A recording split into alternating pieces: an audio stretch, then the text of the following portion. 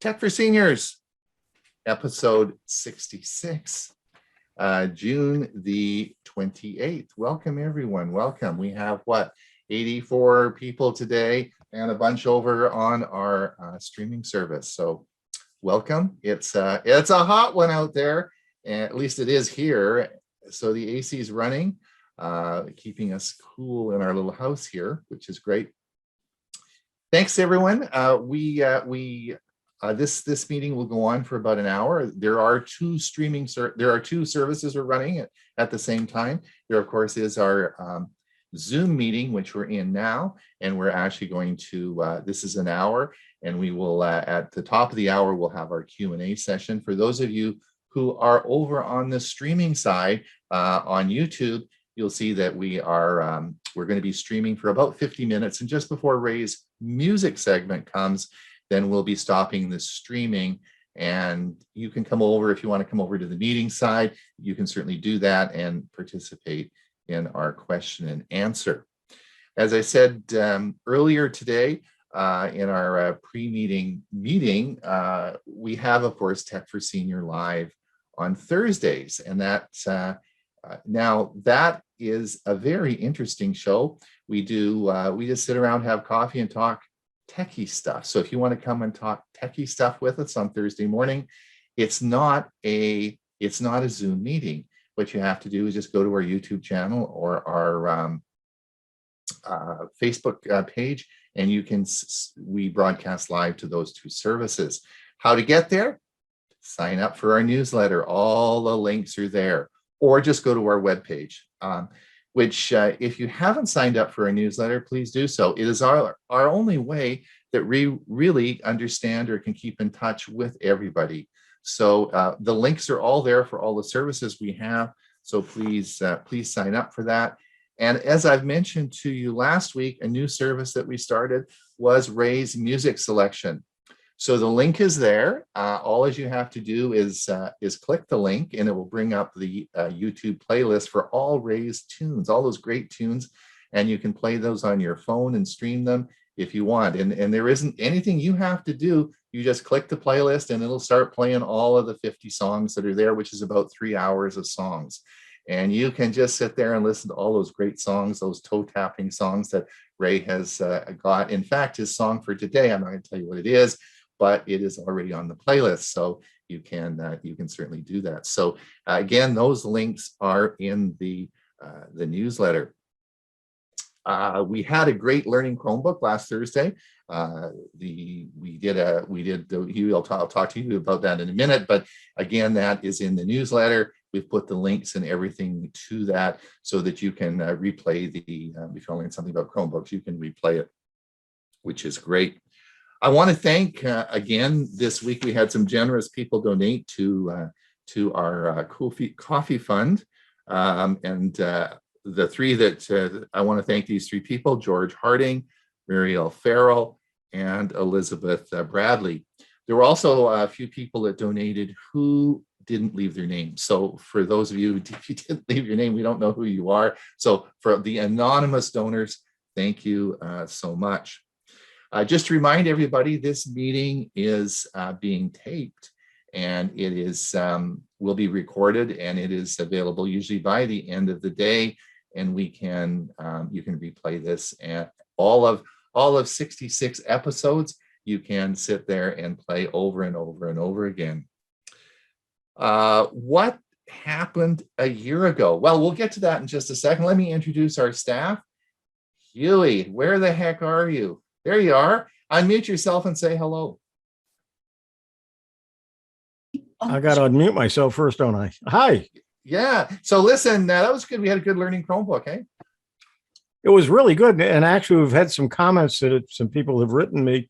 We're going to put some kind of a survey together to find out what people want to know about Chromebooks. But the big news this week is the Zoom is going to have a Chromebook version ready and it's going to be released tomorrow. That's great. Yeah, that'll be a new app that we can use on our Chromebooks to connect to Zoom, right? Yep. Yeah, so that'll be really cool. I think we're going to get that at the Play Store. Was that where we're going to get it? Yeah, it'll come through the Play. No, Yeah, I believe so. It might be through the web store. It's a PWS file. Okay. Well, we'll keep in An touch app, with yeah. everybody and let everybody know about that. Yeah. Bob, where the heck are you? You're talking a lot today. You've got a whole bunch of things going on, eh? Just a couple of things. We have a nice cool down going on in New Mexico. We were at Yeah. 100 plus. Right now I'm sitting at 67. All Doors are right. closed. AC is off. Oh, really? Wow. Not here. We got the AC going and oh my gosh. All right. Well, we'll talk in a couple of minutes. And of course, Dewey is going to, well, Dewey is a man of many things. He's got a birthday coming up. He's got a new high-tech barbecue I want him to do a whole show on. He's got all sorts of stuff going on. But this week he had a bit of a disaster. Do you want to tell us about that? Unfortunately, I was working on my presentation on Saturday and was nearly through. Decided to take a break about 4:30, so I decided to close out some other documents on my computer, and I accidentally closed out my presentation and lost most of it because when they asked me if I wanted to save the changes, I said no. So I thought it was a different document. So I lost it. So I'm going to reconstruct it and do it next week, and we'll see you then. All right. That's great. Thanks. And listen, next Monday is Dewey's 87th birthday. Right on the show. I need someone to bake him a cake here. All right. So that's going to be a challenge. My honey Snooky is going to be baking one. Oh, is she going to do that too? Very good. Excellent. That's great. And of course, where's Bill? Bill's sort of stepped out. Bill, of course, is on our staff as well. Bill James, and he'll be coming over. He might even show up this week on Tech for Senior. We're not quite sure yet. So thank you so much. The other thing is, where's Hewie? I got a question for you. On episode 14 a year ago, do you remember what segment you did? And you should remember this. I don't remember why I came into the room the other day. So last hour or so. So you don't remember what you talked about a year ago? Not a year ago, no. All right. So you talked about your new computer. 1 year ago today, you got your new computer. And I ran a test on it, and it is going to run Windows 11. Oh, there you go. You don't have to get a new one. So, and you talked about Flip, which was an interesting soft piece of software. So if you are interested, again, you can go back. It is episode 14, 1 year ago now, and you want to look in Flip, and Flip's an interesting news sort. I guess it's in news. It catches the news and so on and so forth. I don't remember. What was the name of it? Flip, F-L-I-P. I don't even remember. You don't remember it, okay? And then I talked on the Ring doorbell and all the different types of Ring door. I must have just put a Ring doorbell in, but I talked on Ring doorbell. So that's what we did 1 year ago. I want to thank Ellen again for indexing and keeping everything up to date. So if you do want to download the index file and you want to do some searching on all those past programs, thank you, Ellen, for doing that. And we will, and it'll be continued to be updated. Well, we have a huge show for you today, so I better stop blabbing. And Bob, are you going to do the security update? Yes, I am. But before I do that, I have something else I want to share. Something very recent that came up after the feature for today was already put together. Let me share my screen. I might as well make sure I share my sound, even though I don't need it for this. For those of you that own a WD MyBook Live, whether it's the Western Digital MyBook Live or the WD MyBook Live Duo, if it has the word live in it, there's a vulnerability that you have to look out for. Some people have found all of a sudden they got nothing left on that hard drive. Everything is deleted because of that vulnerability. Recommendation is get it off the internet, disconnect it from the internet. If you want to continue to use it before somebody else deletes everything, hook it up manually. And in this, there are links to exactly how you do that. I have already in the chat posted a link so that you can access this document that I'm showing right now. And then you'll have access to all of the links within it. But if you own one of these devices, it's important. Don't leave it connected online because you could wind up with somebody resetting it to its default and emptying that device. Not something very pretty if you've got lots of stuff on it.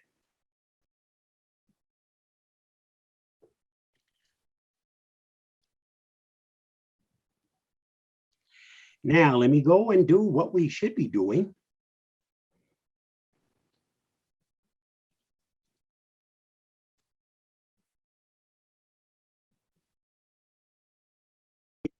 Here is the Avast Security News Roundup for the week ending June 25th, 2021.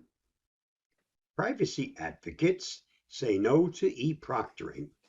Nonprofit privacy activist group Fight for the Future has launched a new website that tracks the decision of major American colleges and universities to either do away with or continue using e-proctoring software. Apps that fight for the future claims endanger privacy and use racist algorithms. The group states on the website, which provides links to tweet and email the schools, as well as petitions to sign that call for the banning of e-proctoring apps. E-proctoring platforms like ProctorU and Proctorio were utilized by many schools during the pandemic to monitor students taking online exams. The software makes use of the students' webcams to record them as they work, using either live monitors or automated systems to watch for signs of cheating. Avast researcher Louis Carones thinks a complete ban of the software is a bit extreme. Privacy is one of our most precious treasures, and we have to protect it, he commented. But starting witch hunts and advocating for censorship is the wrong approach. The algorithm might be off, but to fix them, there is no need to ban or censor any software. I personally feel monitoring is needed, but so is a fix to the facial recognition part of the software. For more on this story, see The Verge. US and EU team up against ransomware. Following the EU-US Justice and Home Affairs ministerial meeting in Lisbon this past week, the European Council issued a joint statement recapping how the EU and US restated their commitment to work together in matters of cybercrime, with particular focus on ransomware. After the meeting, US Secretary of Homeland Security Alejandro Mayorkas commented, "We have now a new ransomware working group to address the scourge of ransomware that has hurt the US so much and so many other countries. The use of ransomware has surged globally since the pandemic began." For more, see Politico. Data thieves offer victims data to rivals. Illegal data selling group Marketo emailed their victims' competitor companies to offer a demo pack of the stolen data with the option to buy the whole package. "We have confidential and personal data, info about their tax payments, clients, and partners that might significantly lower the NASDAQ price," the email reads. Bleeping Computer, which saw the email, reported that the list of email competitors included multinational billion-dollar companies whose names would be immediately recognized to everyone. The data in question allegedly comes from a large heavy machinery and defense technology company that Marketo claims to have breached back in April. Arrests don't stop C10P ransomware gang. A week after Ukrainian police arrested 6 individuals associated with the C10P ransomware gang, that very same group published a fresh batch of data purportedly stolen in a recent hack. According to Ars Technica, the data has not yet been verified, but if it turns out to be genuine, it will show that the group was not hindered by the arrests, suggesting the apprehended suspects may have been affiliates and lesser players, not core leaders of the gang. C10P has been around since at least 2019 and has targeted a variety of entities, including Shell Oil Company, U.S. Bank Flagstar, and Stanford University. Fair Repair Act goes to Washington. Congressman Joseph Morelli of New York filed legislation this week to make it easier for consumers to fix their own broken devices without having to pay exorbitant fees to the original manufacturers. If passed, the Fair Repair Act would require manufacturers like Apple and John Deere to give device owners and third-party repair shops access to replacement parts, diagnostic information, and any special tools needed to repair their electronics. Various similar right to repair movements have been launched at the state level, but there is yet no national law.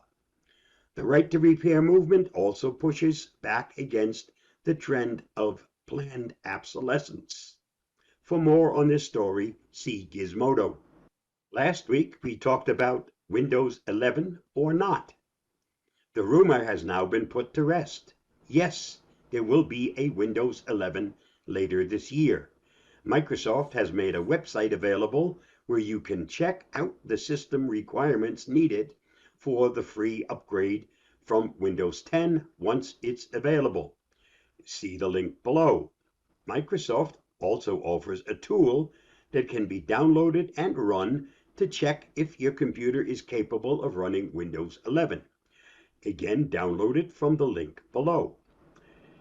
Out of my 4 computers, only one is capable of upgrading to Windows 11. The ironic part is that the one I can upgrade was the cheapest computer that I own. And that wraps up this week's Avast Security News Roundup. Stay safe, stay secure. I'll see you again next week. Bye-bye. Well done, Bob. Thank you. We'll be seeing you again shortly, right after the next segment, right? So, all right. Let's now I'm going to share my screen and we'll move on to our next presentation. It's Ron Brown with Tech for Seniors. Ethernet cables, the 2 things you need to know in 2021. Now, you know the routine. If you like the video, please click the like, and we'd sure appreciate it if you'd subscribe. It really helps us the channel and I produce more videos. Thanks so much. Let's get on with Ethernet cables and the 2 things that you need to know in 2021. Now, what you need to know is that the internet is getting faster. Let me explain where I live. I live in Comox, British Columbia, which is on an island off the coast of Canada on the west side. Now, we really call this the Shangri-La of Canada because it's so beautiful. We don't make it easy to get here. We charge you a lot of money to get on a ferry. You have to travel for an hour and a half on a ferry. You then get docked at a place called Nanaimo. Remember where they make the Nanaimo bars? Yes. And then you head north and you have to drive for another hour and a half to get to Comox, British Columbia. Now, unfortunately, there's about 80,000 people that live in our regional area who all like this area. So I wanted to set the pace for it being fairly rural. But let me tell you, when the technician connected my gigabit service for Shaw, our cable provider, 6 months ago, he told me that most of the connections now were all gigabit services because that's how they connected your television, not the old PVRs. So yes, it's very common for a big gigabit service now. I also, at the front of my house, TELUS, which is our major telephone company, many years ago had fiber optic cable for me at the front of my house, again providing a gigabit service. So I have two options from my house to get a gigabit service. One of my friends down the street, she works at a bank. She has a very important job. She actually has a gigabit service from both companies, Shaw and TELUS, into her house, and she has a redundant modem system so that it switches if one goes down or one's slower. Pretty cool. So the point that I'm making is that a gigabit service now is very, very common. It is also cheap. Can you believe it? $80 a month for a gigabit service with Shaw cable services. That's $50 US or even less. Unbelievable. So yes, I do have 1,000 megabits download at my house, and I've been using that now for the past 6 months. Pretty cool. So yes, the internet is getting faster. Starlink is broadcasting across most of the United States now. We're seeing speeds of an average download with Starlink at around 300 megabits per second. This is quite fast and comparable to 5G. The fixed-base 5G is now available in most major centers across the United States. I've talked about this in the past year and would really encourage you to have a look at your internet service provider as things are changing very quickly. The average speed of a fixed-base 5G network is around 300 megabits, about the same as Starlink. But we're going to see as these networks mature over this year, we'll soon see that the fixed-base 5G will quickly become a gigabit service. Now, for those of you who are lucky enough to be close to the very fast 5G, the millimeter wave, you'll see potential 5,000 or 5 gigabyte download in those areas. Pretty darn fast. But hold on now. China is already rolling out its 6G networks, and it looks as though they're going to be up to 200 gigabit download. This is made by Huawei in China. So the internet is going to get very fast, very quick. Hold on, put your seatbelt on. Now, most of you connect your computers and devices through Wi-Fi in your home. We've talked about Wi-Fi congestion in the past, and certainly it is a problem as these speeds increase. You've already heard, and we've talked about Wi-Fi 6, but my feeling is that as this internet increases in speed, we're going to need Wi-Fi 7, Wi-Fi 8, Wi-Fi 9, and it's never going to catch up. We also have problems with network congestion in condos, apartments, places where there's an overload of Wi-Fi signal. So for this reason, I've always recommended that you plug your computer into your router with a cable. Cable is so important. We've talked about that before. One of the biggest mistakes I see people making is when I visit them and to do tech work, I see that they have their modem and router sitting right by their computer, 2 feet away, and they're using Wi-Fi. Bad idea. Pull out your cable and just connect it. It will always work faster. And this is going to be very important as we move ahead with these extremely fast internet connections. Well, behind me are Cat5 Ethernet cables. And you're going to say, whoa, Ron, what's all that terminology? Well, Ethernet simply means network. So a cable that's going to connect to your network is called an Ethernet cable. Now, these cables have different categories, and we're going to talk a little bit about that today. But just to let you know, you probably are looking at the RJ45 plug, which is sitting up on my left shoulder here.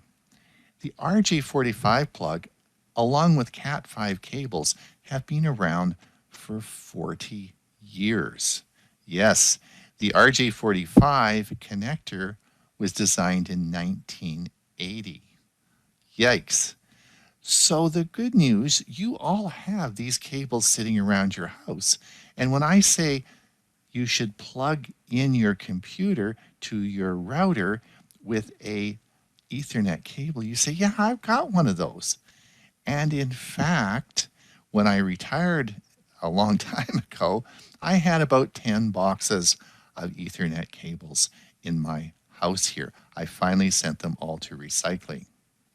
Now, if you look over on the right side, you're going to see some Ethernet cables I have.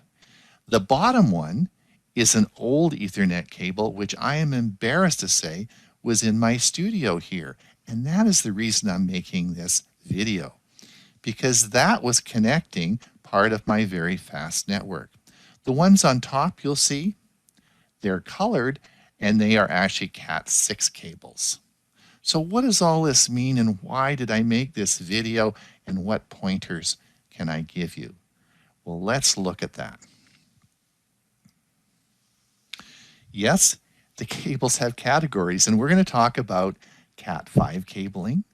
We're going to talk about Cat5e, and really that's the only two things you'll need to know. There will be Cat6, Cat7, and Cat8. So let me explain the categories on this, okay? All right, here are the two things that you need to know. Remember, I told you there were just two things that you need to know in this video. The Cat5 cabling, and the category is written on the side of the cable, so you can look at the side and read the category of the cable. Cat5 cabling hasn't been sold for many, many, many years now. And however, you probably have those cables sitting around your house and are using them. The old Cat5 cabling had a rating of 100 megabit per second and a run of about 330 feet at about 100 megahertz. So what does all that mean? Well, it means that if you're running a network and the speed that the data is going to go through the cable on a Cat5 cable is around 100 megabits. That was fine many years ago when we had very slow internet, when we're talking about 2, 5, 10, 20 megabit per second. But as I've said earlier in this video, we're now looking at extremely fast speeds. So those Cat5 cables won't carry the signal, particularly if you're now on fixed base 5G or Starlink. You don't want to be using your old Cat5 cabling. If you bought a Cat5 cable in the last, let's say 10 years, you would not have bought the old Cat5. You would have bought the Cat5e, which is in the enhanced. And the Cat5e is 1,000 megabits, or it's a gigabit cable, which is good. And again, the distance it can go is around 330 feet with the same bandwidth of about 1,000 gigahertz.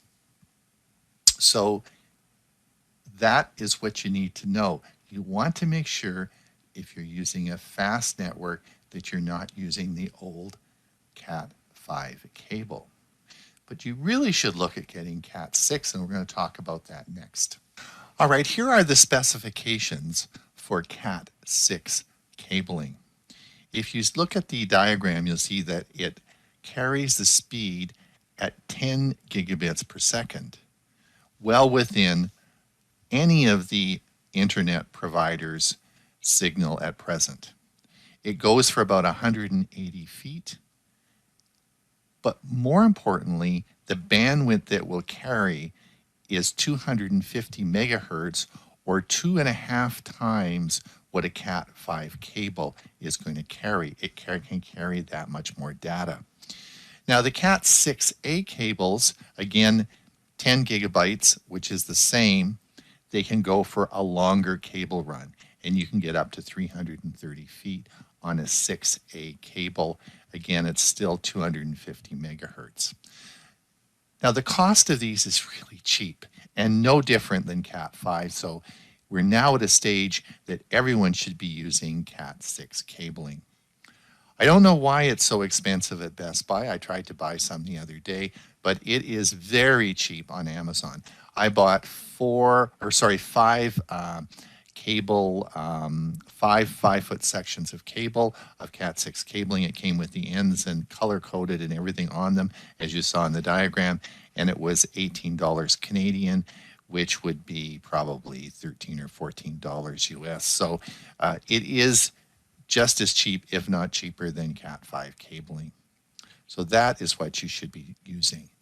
Now, I wanted to just remind you, if you sold your home and you moved into a condo or an apartment that was maybe 25 or 30 years old, you then arrived and said, that's great, it's got cabling in the walls, just what Ron asked for. We won't use Wi-Fi. It's going to be a very congested area because it's a big apartment building, and we know there's a lot of congestion, Wi-Fi congestion. It's got cabling and we can plug it in. Well, just remember, the cabling in the walls is most likely going to be the old Cat 5 cabling. And if you've connected to 5G fixed base and you've got a really fast connection for your apartment, it's not going to work. Conversely, you should make sure that if you are building an extension on your house, you're putting a room on, you're adding some cable in, which you should add the cable, please make sure you at least consider Cat 6 wiring. You don't want to be putting wiring back in the walls that will limit the functionality of your internet speed. Well, the Cat 7 cable transmits data at the same as the Cat 6, but the amount of data is 600 megahertz, which is 3 times as much data that it will carry. I think if you're planning an expansion in your house and you're looking towards putting new cabling in, Cat 7 isn't that much more money. I think this is certainly well worthwhile and something you should consider. Now, there is a Cat 8. Yes, there is a Cat 8, which of course transmits at 40 gigabits, but has a 2000 megahertz bandwidth that's going to transfer data at. And of course, I had to buy one of those cables. They're about 3 times the cost of a Cat 6 cable, and you'll see it on the left-hand side of your screen. It's a little bit thicker. It still has the RJ45 connector. Why did I buy that? Well, because I co-host a show called Tech for Senior, and my 2 co-hosts, Bob and Hewie, don't have a Category 8 cable. So I wanted bragging rights, and I can say now that I have Category 8 cabling in my house. It's Ron Brown. I hope you've had as much fun watching this video as I had making it. Remember, please like and subscribe, and we'll see you soon for the next video. All right. All right, Bob, are you ready to roll?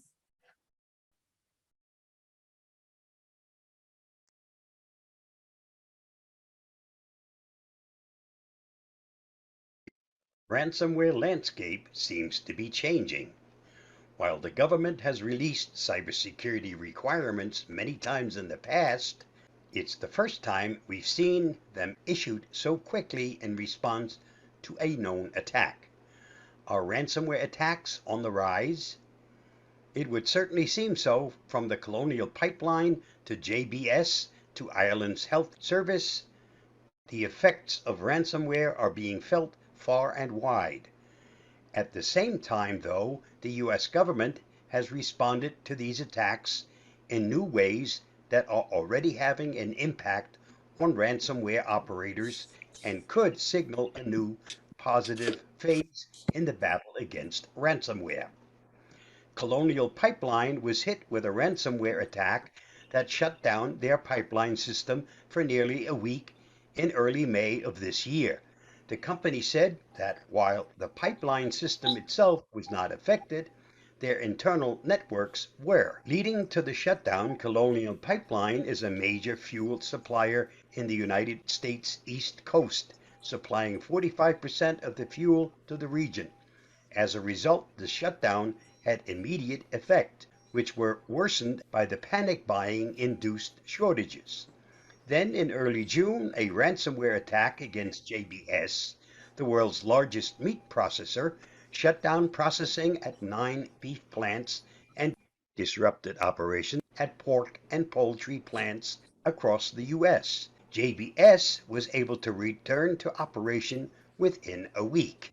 The timing of these significant attacks, one after the other, has garnered a lot of attention and concern.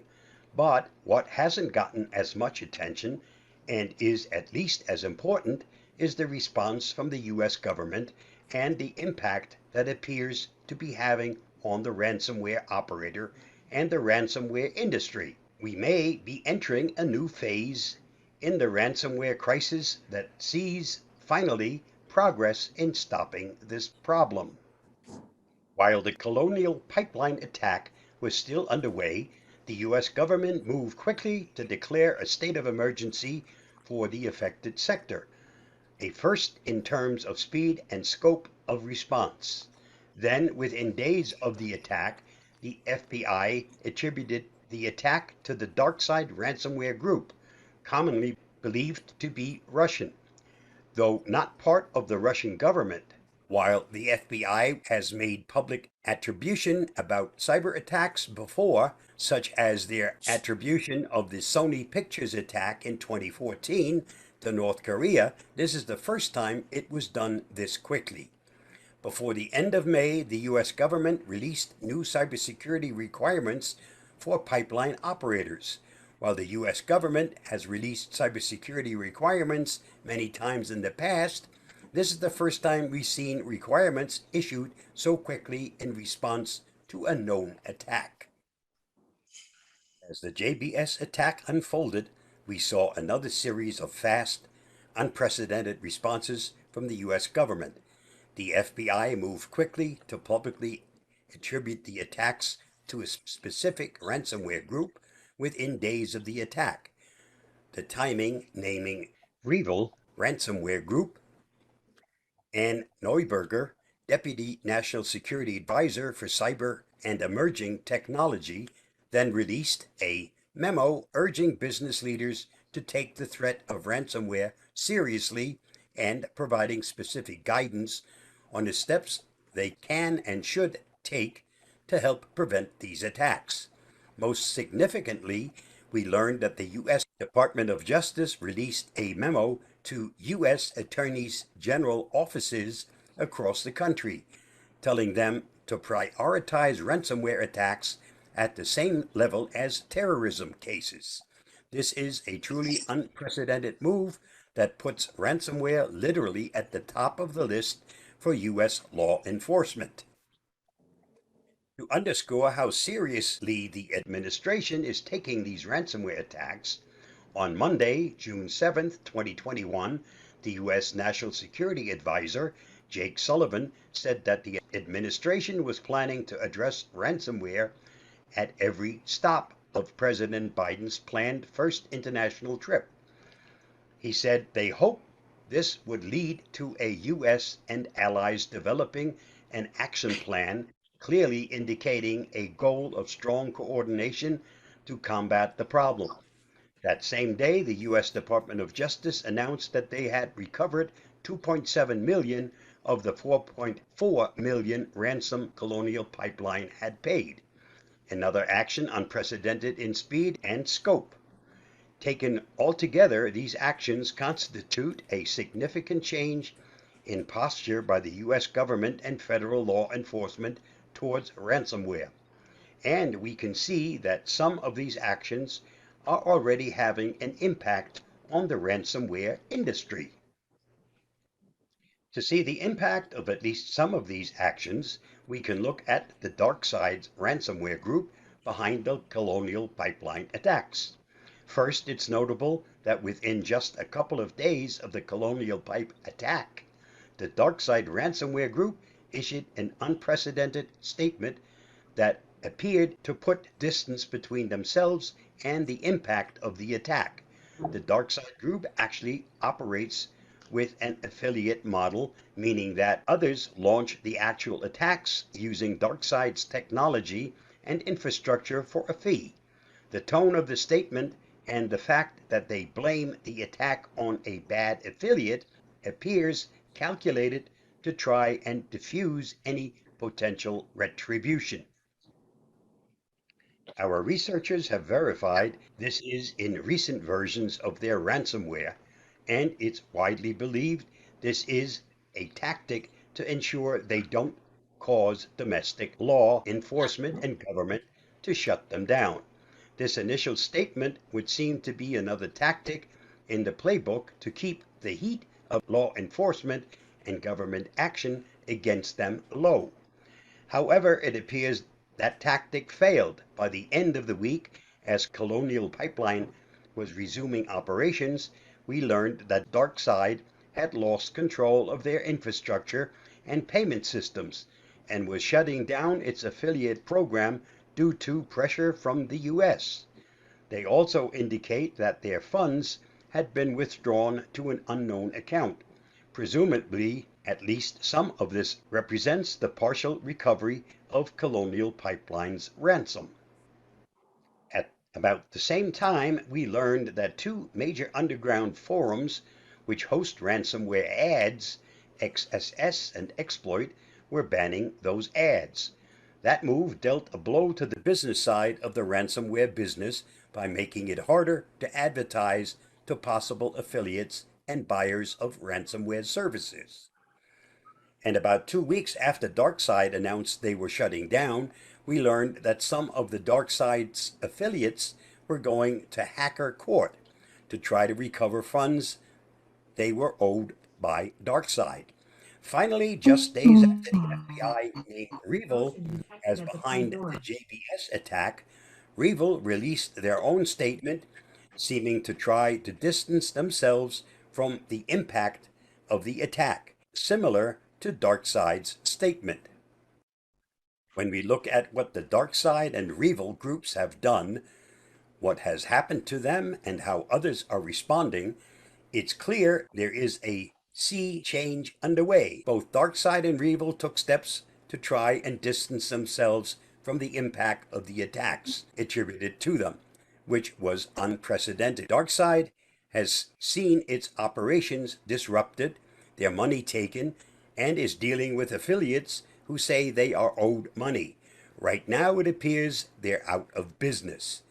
Two major forums for ransomware advertising have banned those ads, which will have an impact on all ransomware operators, making it harder to carry on business as usual. And other ransomware operators have noticed the push and taken action.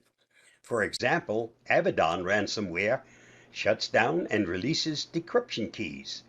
The Avedon ransomware gang has shut down operation and released the decryption keys for their victims to bleepingcomputers.com. On June 11th, Bleeping Computer received an anonymous tip pretending to be from the FBI that contained a password and a link to a password protected zip file.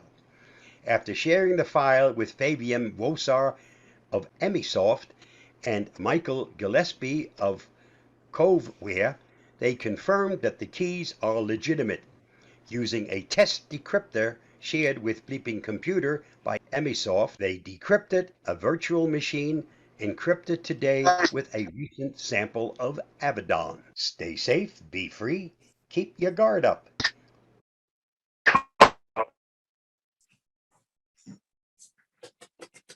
Thank you. Thanks, Bob. I'm just going to mute everybody again. Hewie, you might have to unmute yourself. I just want to mute everybody just to make sure that we just keep everybody quiet. Okay, if you want to unmute. Okay, you're ready to roll? I am. Thanks, Bob.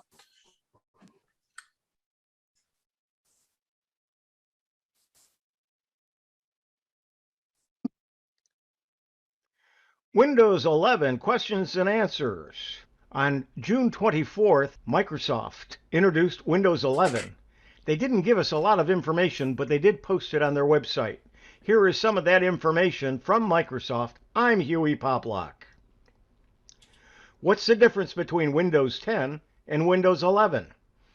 Windows 11 has all the power and security of Windows 10 with a redesigned and refreshed look. It also comes with new tools, sounds, and apps. Every detail has been considered.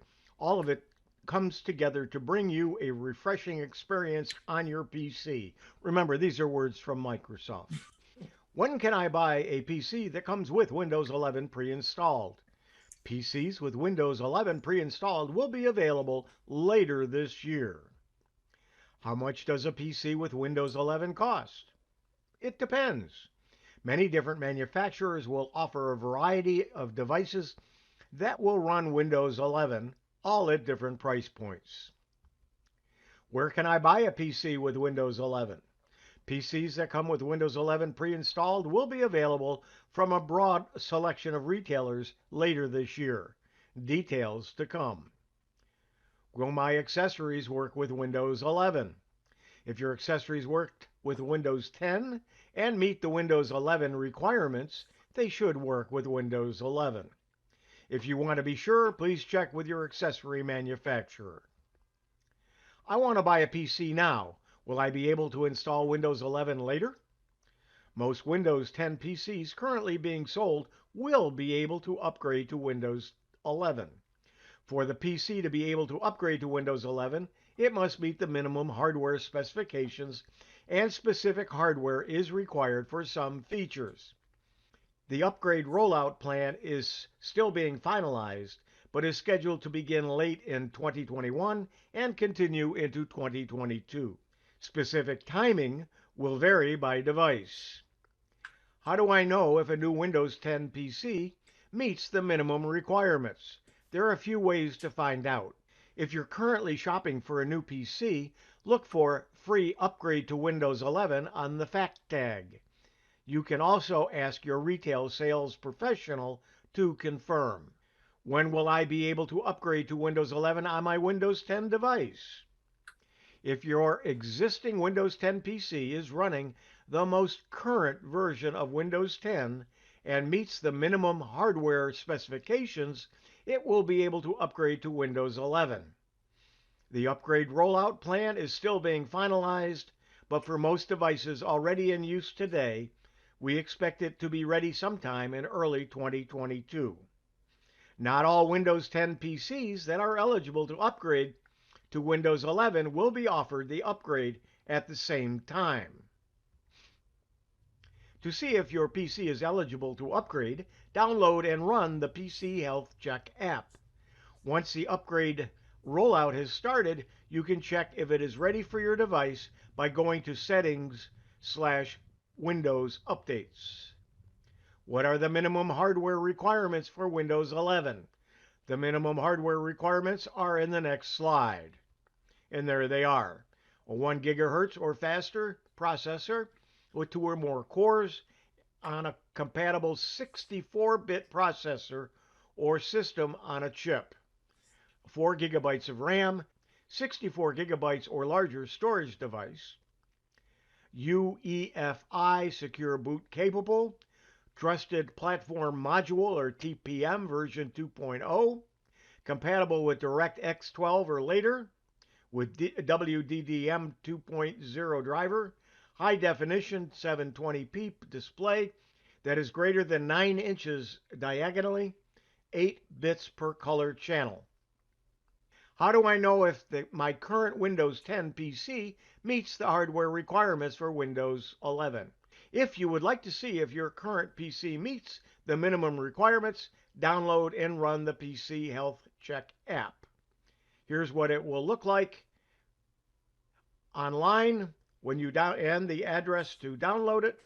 When you download it, you will get either good news or bad news. What if my PC doesn't meet the minimum hardware specifications? Can I stay on Windows 10? The answer is yes. Windows 10 continues to be a great version of Windows. We have committed to supporting Windows 10 through October 14th, 2025. How will I know when the upgrade is available for my Windows 10 PC? Upgrades to Windows 11 will begin to roll out late in 2021 and continue into 2022.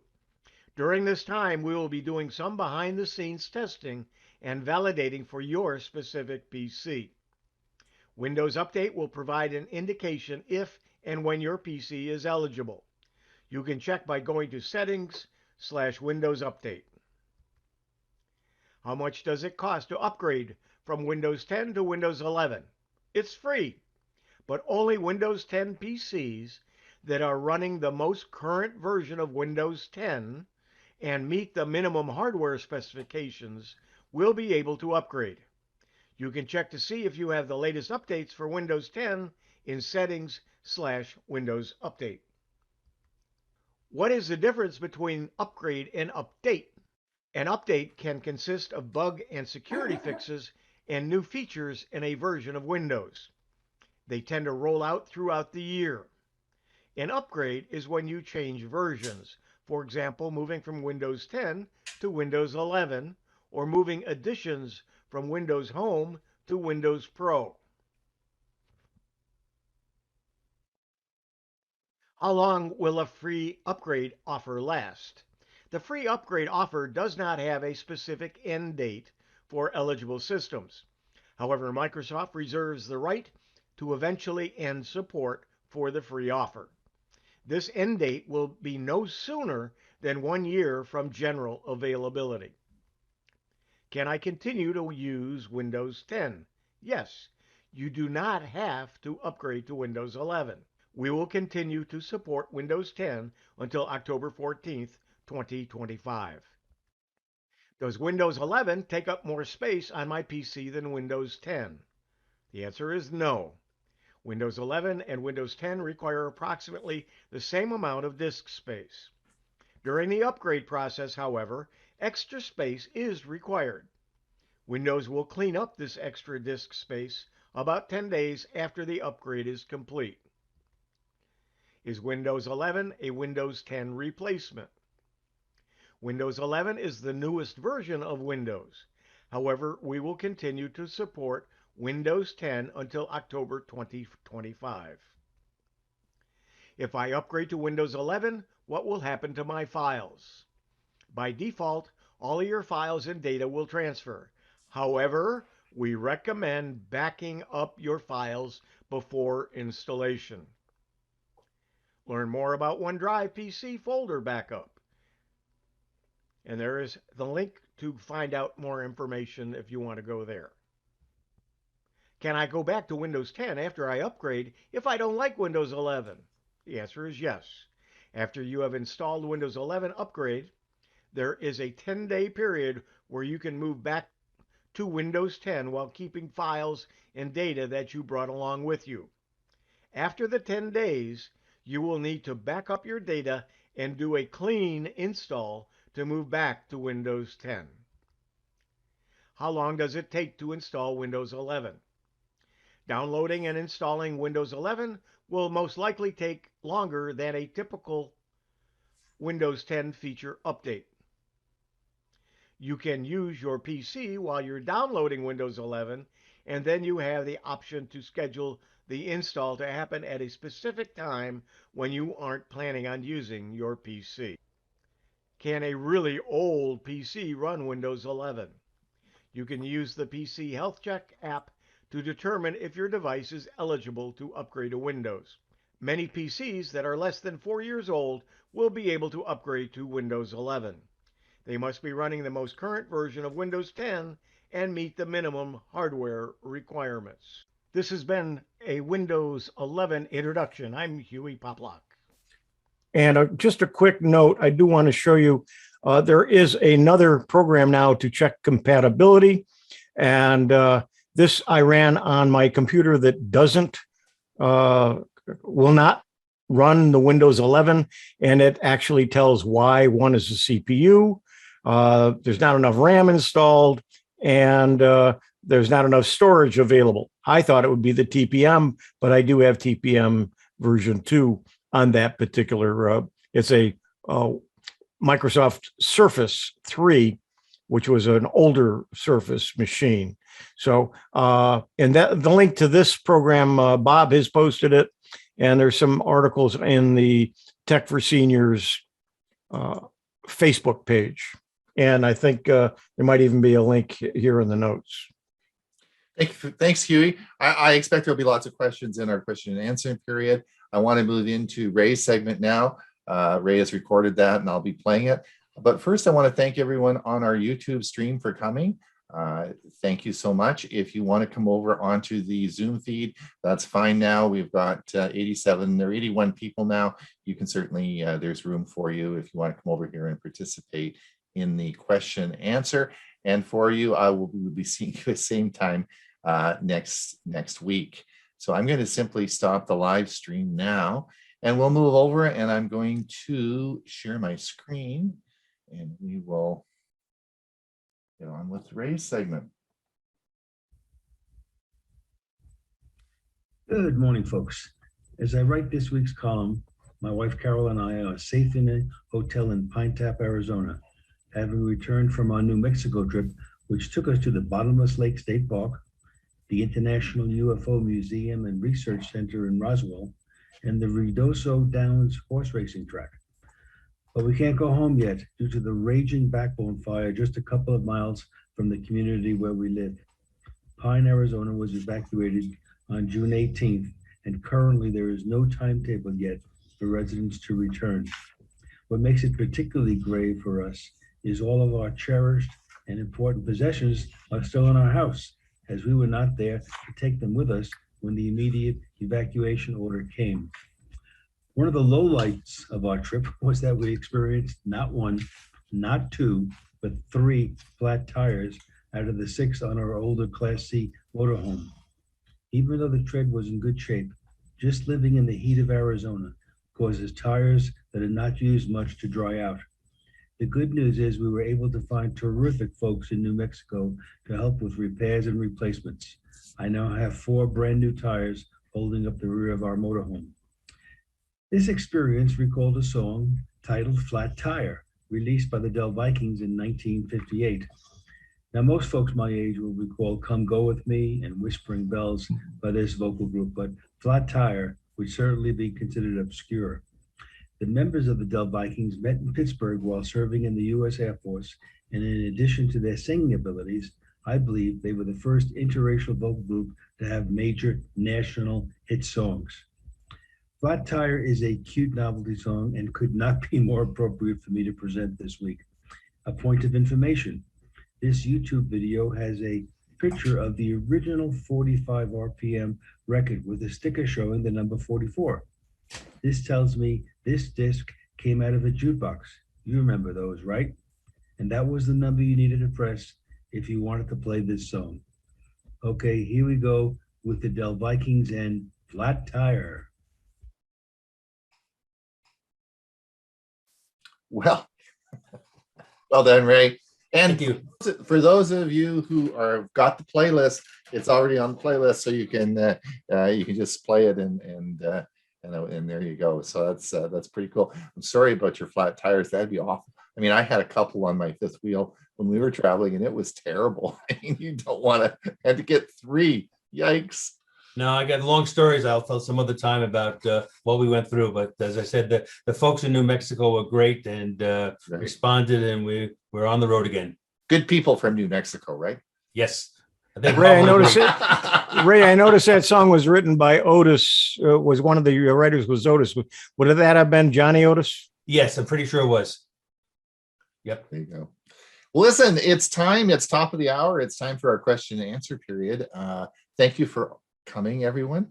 We will be here next week. We did a little meeting before the show today, and because I realized next week's a holiday, and it's a big holiday because everyone will be being vaccinated, and it will be time to party is right. So we will be partying.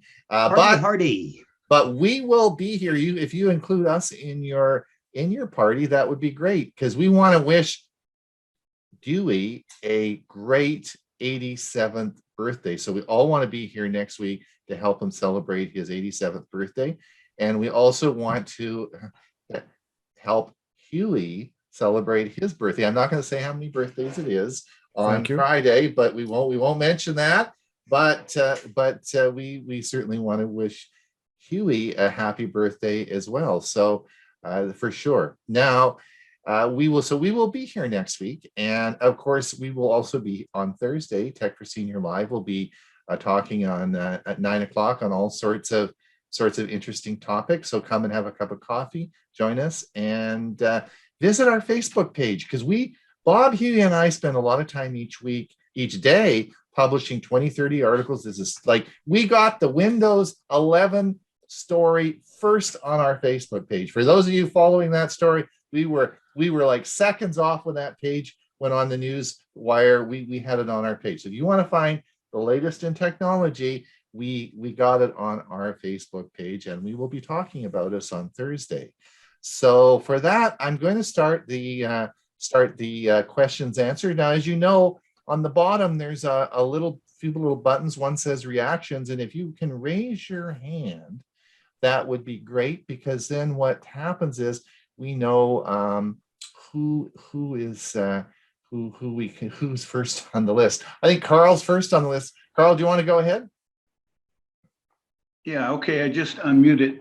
I wanted to thank Bill James for his offer last week of helping me format my solid state drive that I'm trying to upgrade on my laptop.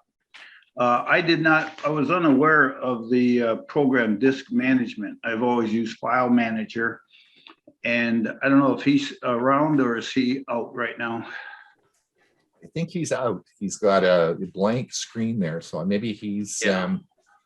Well, I wanted to ask him to contact him offline. I could give him my email address or phone number and see if he was satisfied with that, because one of the things he said to do was to right click on and how to initialize it, and that option doesn't appear for me.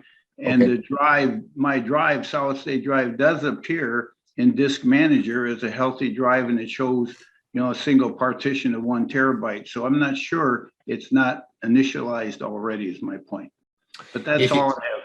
If it's showing up in File Manager, it's there.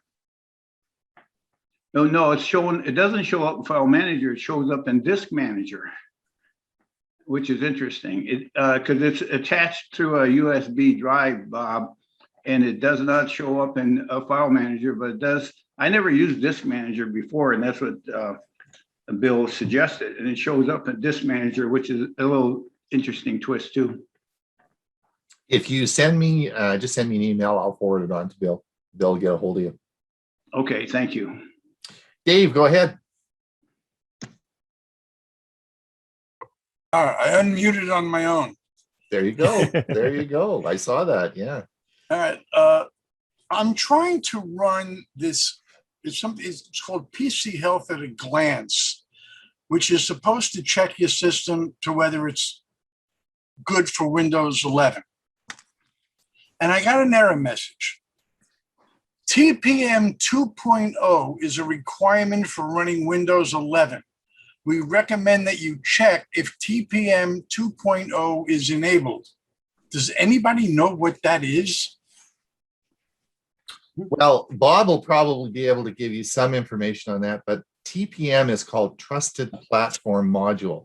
We have them in Chromebooks, and it's a security chip that is it's a physical chip that's in I guess your PC. It's in all Chromebooks, and it is a security chip.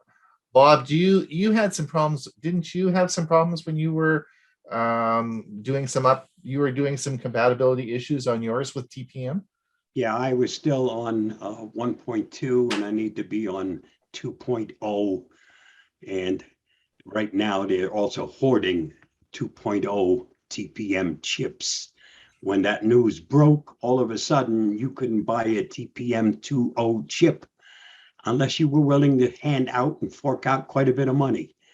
It should cost you about maybe $25, but now they're going up to $250. Oh, yeah. So Bob, what is it? Do you plug it into your USB or what? First of all, you have to see whether or not you have TPM at all. Right. Depends on the system. If it's five years or earlier, you should have a TPM chip. Mhm. It might be 1.2, which is not good enough, but Microsoft is also still changing their tune. It's not every day, or it's almost every day that you get some kind of new news. And for some people, they may even forego the TPM requirement. So, this is all still up in the air.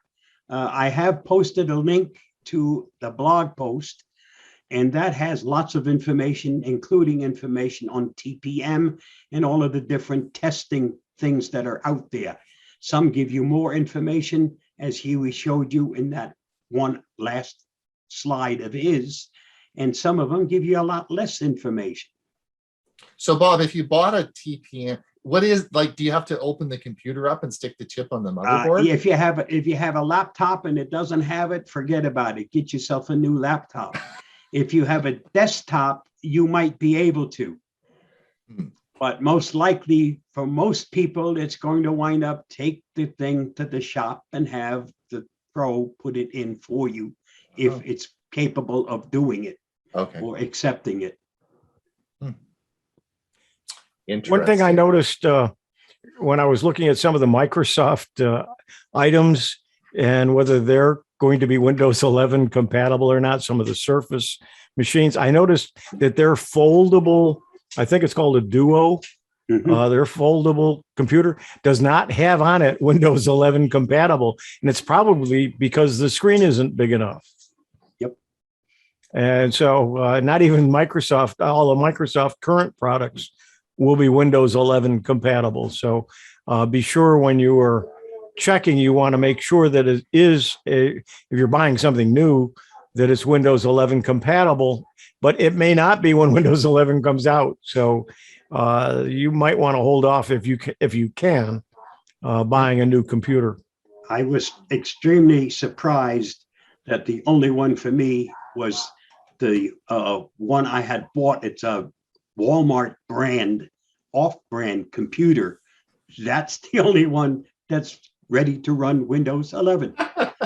Yeah. My desktop isn't, my other laptops aren't. It's only the cheapie, $340 something is what I paid for it. That's ready. And it's now waiting because I'm an insider. So I'm waiting for an inside build. When it happens, I'll be posting pictures and everything else. Go ahead. Quick follow-up question. If will something like BellArc Advisor, will that be able to identify if you've got that TPM chip?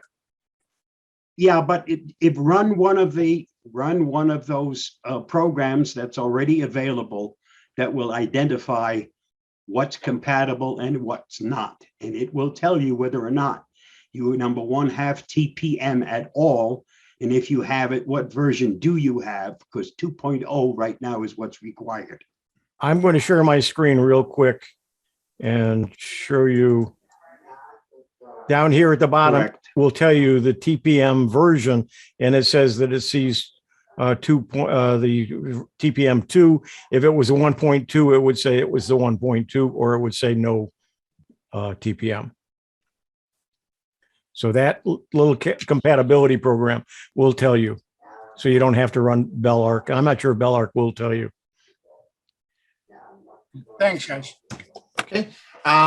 Richard, go ahead. Yeah, see, if you want cables, Mono Price is the place to go to for any kind of cable, HDMI, Ethernet, any of that. And saying that you have a Cat8 cable in your network is about like Spinal Tap saying that all their amplifiers went up to 11, which is more than 10.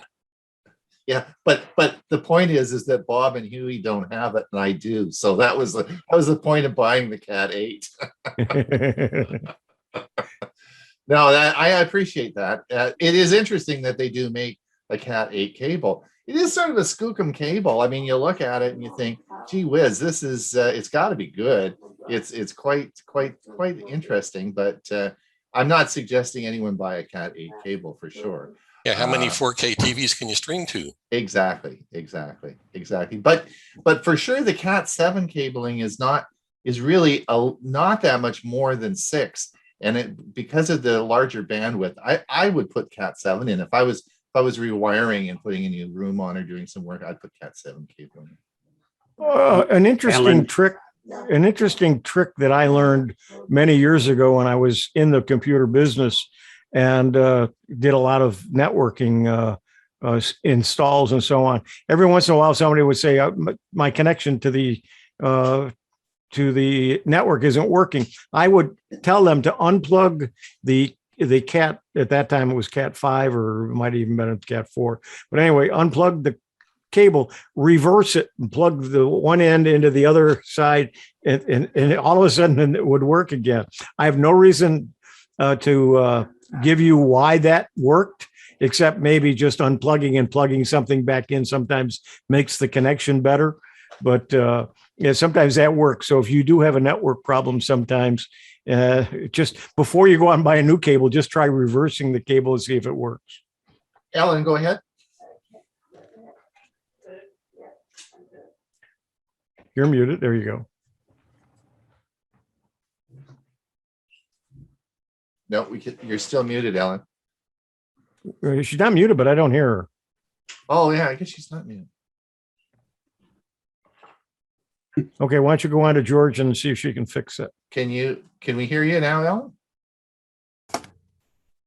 Okay, George, go ahead. We'll come back to you, Alan. George, go ahead. Can you hear me?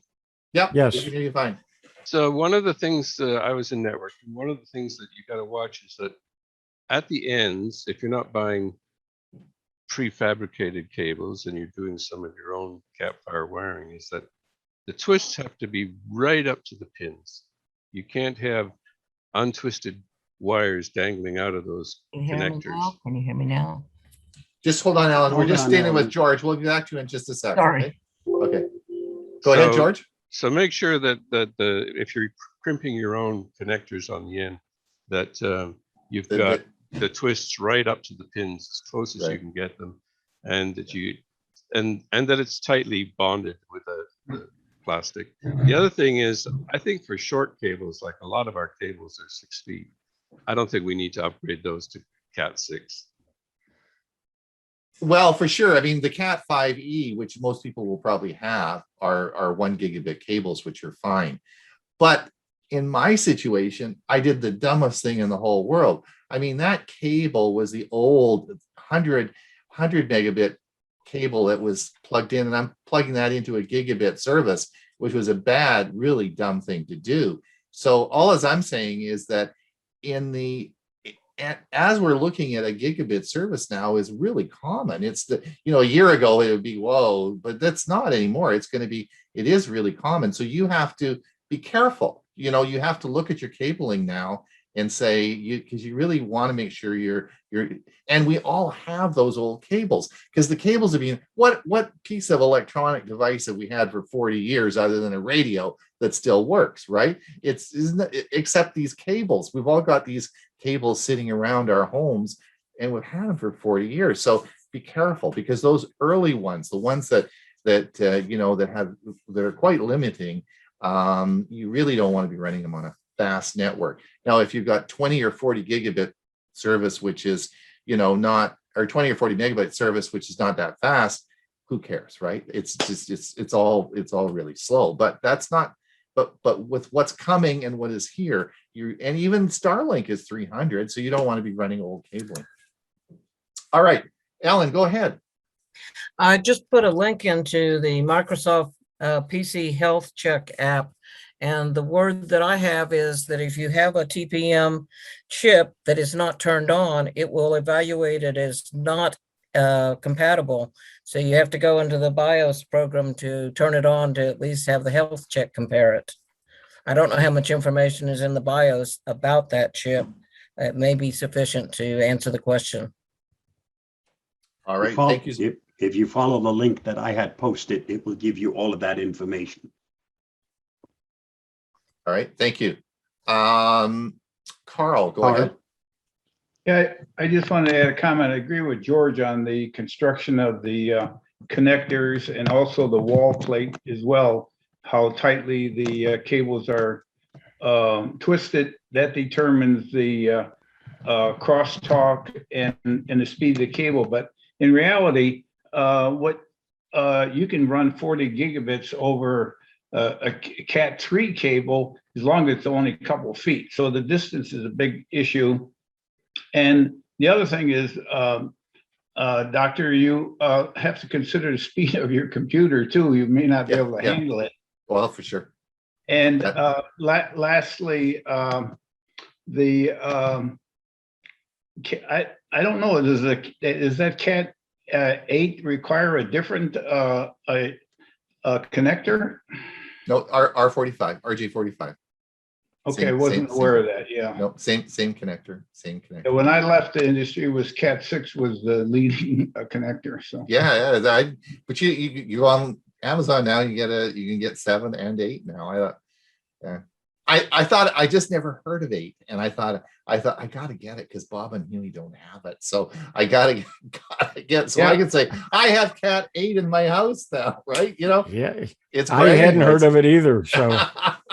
It reminds me of the Corvette club I belong to, and guys that have 900 horsepower, 1,000 horsepower. And I said, "What are you going to do with that?" They say, "Bragging rights." Yeah, exactly. Joe, go ahead, Jim. Hey, Jim, you're muted. The most common saying in Zoom. Exactly. Is there an easy way to check the cable? I have, I think Cat 5 or 5E, but they run underneath the house, and I can't fit under the house anymore. Well, you need to get George to come down. He's probably got a cable tester. You can actually check the speed, so the technicians can do that. And I'm sure if you invited George down to your house, he probably has his old cable testers and could figure out exactly. But that's a lot. That's what the cable installers do, is they can connect on that and they can figure out exactly what it is. But the easiest way, of course, is you can look on the side of the cable and it will tell you what's written on the side. I'm on the same island as Ron, so I don't think. Yeah. So you're not going down there. Yeah, Maybe Jim will fly you down or something. Well, I was thinking I'd bring the cable up there, but I don't think they run that long. Yeah. So well, that's a big problem. And also, like I said, in apartments and condos and stuff like that, if you're going into one that's really old, 20, 25 years, it's probably got the real slower cable in. And that will make a difference if you've now got this great, fixed base 5G and you're going to be really fast, you have to look at those issues now. Yeah, well, when they put in the fiber optic from Time Warner, it shows you how far back. I paid the technician a little extra to run the extra Cat 5 cable underneath the house to the other side, so I'd have, cable all over the place. How long ago was that, Jim? How many years? I don't know. When was Time Warner the cable provider here? 20 years? Oh, well, this is 20 years. It's probably the old Cat 5 then. It's probably the slow stuff. Yeah. It works. Well, yeah. But the problem is, and I'm not sure the cable experts, I'm not sure what there is. But I think the problem is going to be here is you'll get error messages and you won't know what the problem is. Things just aren't going to work, or the packets won't work, or there's going to be, and it's going to drive you nuts. Because it's not going to say your cable's too slow or it's not working. You're just going to get error messages and it's going to drive you crazy. So, that's the concern that I have. Go ahead, Ray. Yeah, just in line with this conversation, I wanted to just mention on routers. I see more and more new routers only having 2 connections for the Ethernet cables. And in today's environment, where we want to have a cable, say, running to our smart TV and to more than one computer, 2 won't do it. So when you're looking to buy a new one, make sure it has at least 4 connections. Well, the other thing is we should probably maybe bring this up on another topic, but it's just you need a switch. And I was watching a show on that this morning, and what's his name does the tech talk. He was talking about switches. You can put an 8-port switch in there, which give you all the connections. Will give you 8 ports for $20, right? You get so a TP link 8-port switch, which you can plug in and plug all your stuff into there, would be $20. So I don't think I have the same problem with my Orbi, right? The Orbi only has I think it's got 4 connectors. Well, I got about 12, Ethernet connectors. So I have a switch. So you just need a switch. Okay. Yeah, I have a hub. Yep. Dorothy, go ahead. I have a question for George Bowden, and I typed it in the chat room. Sorry, Dorothy, I didn't hear you. I had a question for George Bowden, and I typed it in the private chat. Okay. George, did you get that? Yeah, I'm checking it. I'm trying to see. Okay. Do we have any other questions before we finish up? It's almost half past the hour. Hopefully everyone had a great show today. It's always fun to do them. Don't forget to come and watch us Thursday at 9 o'clock. We'll be talking about all sorts of things. Maybe we'll even talk about that toilet bowl cleaner. You guys got to go back and look at our Facebook page and look at that, you guys. It's pretty cool. Every time you talk about it, my face gets flushed. Ray, are you around? Do you want to come? Do you want to come on Thursday and have? I would love to, but I'm taking a video editing class. Oh, that's this right. Summer at the college, and it happens to be on every Tuesday and Thursday, right at that time. So as soon as that's over at the end of July, I'll be joining. Okay, that'd be fun. All right, listen, everyone. We'll see you same time, same place. Is that toilet high tech or low tech?